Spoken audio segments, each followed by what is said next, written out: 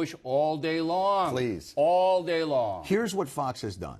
Through their cyclonic perpetual... We're back to the cyclonic. Their cyclonic perpetual emotion machine. That is a 24-hour-a-day, 7-day a week.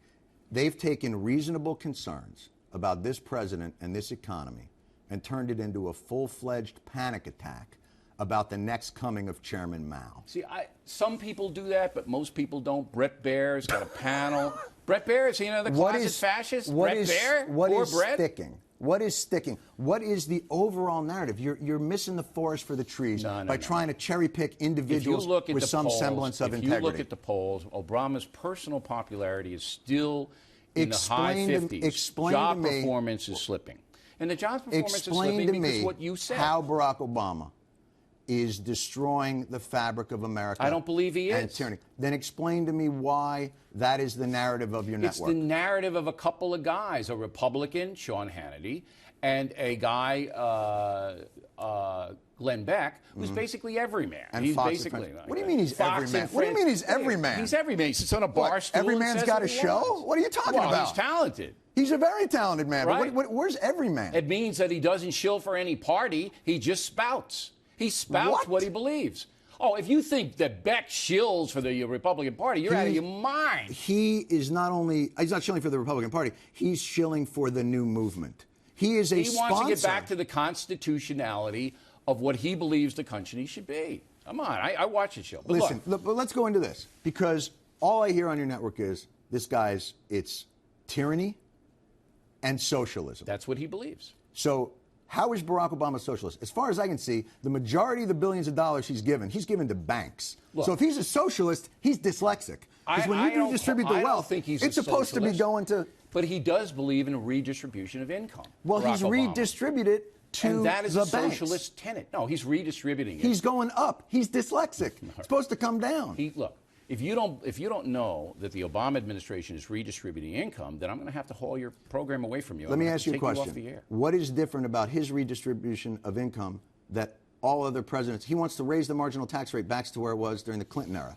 Was Clinton a socialist? A variety of programs, okay? That we already have. We already have Medicare, right? We have Medicaid. We have Social Security. Are we a socialist country? Do you want to get rid of those three? No. But I want to moderate them so we don't go bankrupt. Okay, but that's different. Now you're talking about fiscal responsibility. Different. In a socialist country, the government pays for all of these entitlements. The Obama administration is Who pays down for with Medicare? That. The government pays. Who pays for Medicaid? The government Who pays for Social Security? But now we're on Medicare socialists. and Medicaid with steroids. Once again, with the new health care bill. This is like the old joke. Steroids. Once again, this is like the old joke. Would you sleep with me for $10? No. Would you sleep with me for $1 million? Okay. So now we know what you are. We're just negotiating price. For you guys to stand up. Of course, that's the degree of anybody when you describe socialism. There are little socialistic programs and giant socialist programs, okay? And some people believe that Obama is on the huge government creation, the government dominance, and you yourself said it. You yourself said it. He wants more regulation. He wants to create things. But he's given back so much executive power. Back what? Executive power. He hasn't given back anything. Wartime. He just hasn't handled the Congress. He doesn't know how to handle them yet. That's inexperience. Now, so he's not a tyrant, because if he's a tyrant, then he's pretty lame for a tyrant. I don't object. How many tyrants do you know that really suffer because they can't get cloture? Very few. All of them at NBC. All right. Right. Now, I don't mind you not liking Fox News and thinking it's a Republican or conservative deal. That's your opinion, and you're entitled to it. Thank you. Okay. There's a lot of people that think that you are, and fill in the blank, ladies and gentlemen, at your pleasure. However, I'm going to go with Pinhead. You. Pinhead? Is Pinhead right? The other night on your program. Or is it Patriot? The other night on your program, criticized Fox News for bailing out of the president's back and forth with the GOP. After we used an hour of it, all right, and bailed out for about 12 minutes because we had other stuff to do. And you were offended, personally offended. So I wasn't offended. I thought it was funny. No, you criticized us. But I thought it was funny. You mocked us for doing it. I mocked you. Yeah, that was the right decision. But, Stuart. Oh, my God. On election night... You got like Ali's reach. You see the arms on this guy? You had no idea, It's like dealing with Dikembe Mutombo, trying to argue with... You're giving me one of these. But, no. On Massachusetts vote night, when we covered Coakley's speech in the entirety, when we covered the winner's speech in the entirety, Brown, okay, and the other CNN and MSE didn't cover Brown. I should have. You didn't say a word, did you? You're absolutely right. I rest my case. Your case is rested. All right. Gentlemen of the jury, deliberate and come back and find Stewart guilty of gross hypocrisy. Now, let's play a little bit of a scenario. Right. I'm thinking about this in 2012. I'm thinking about running for president. And I think that's a really bad idea. I want you to be my vice president. I think that's a really bad idea, too. Now, listen, I got pictures of me from college that I have in a shoebox that preclude me from working at the post office. Stuart, so I would not. You have no idea the trouble you'd be this getting is why into. I've selected you as my vice president. All right. Okay? Your image is so bad, no matter what they found, it wouldn't matter. Okay, now, I have to vet you. I'm vetting you on the global warming. What about it? All right? You're big on that. You're frightened of it. You want to flee, don't you? Flee what? The Earth? The planet, yeah. No, I'm okay. I'm okay right now, yeah. How bad is global warming? I live on like the 12th floor. I should be okay. Yeah, but you saw that. I'm a little worried about my neighbors. You saw that Emmerich movie. You saw that Emmerich movie. I'm hoping some of their plasma screens float up. Okay. So I'm okay. It's a big problem, though. Is it global warming? I got to have your POV on this. I guess, look, I'm not a scientist. I can only assume common sense. If you burn a lot of stuff and put it in the atmosphere, it means something. What it means, I don't know. I'm uncomfortable with the idea that you can treat the Earth like you would, your dial in your house and adjust the climate. So what do you want to do about global warming? What do you want to do? What do I want to do about it? No more barbecues? What do you want? What do you want? I really enjoy barbecue. What I would like to do about global warming is I think rebuild our energy infrastructure. That super grid sounds like a pretty good idea. Green energy? If it makes sense. I mean, I don't know why we wouldn't. It seems like it makes sense.